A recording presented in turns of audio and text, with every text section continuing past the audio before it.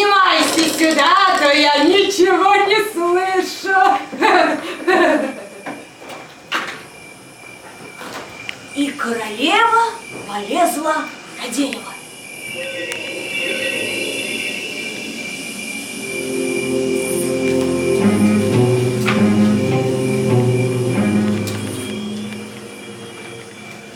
Долезла почти до самой верхушки, там, где среди ветвей прятался домик колдуньи, и там повторила свою просьбу.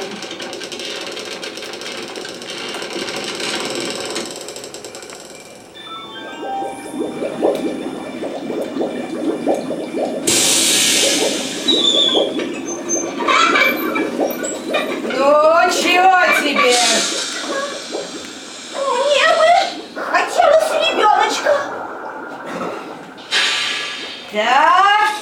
Так.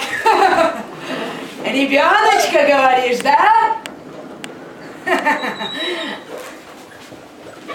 Так. Ребеночка, говоришь, значит. Ну, сейчас посмотрим. И колдунья вручила королеве яйцо. Маленькое яйцо в крапинку.